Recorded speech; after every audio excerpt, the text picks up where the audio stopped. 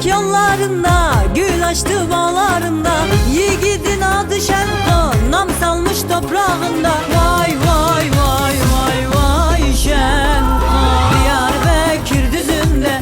Vay vay vay Şevko, kandım kara gözüne. Le le le Şevko, sevdası yalan çıktı. Vay vay vay Şevko, sanki kalbe mermi çaktı. Le le le Şevko, vay vay vay vay vay Şevko, zalim Şevko, hainsan hain Şevko, sevdası sahte çıktı. Zalimsan zalim Şevko, vay vay vay vay vay Şevko.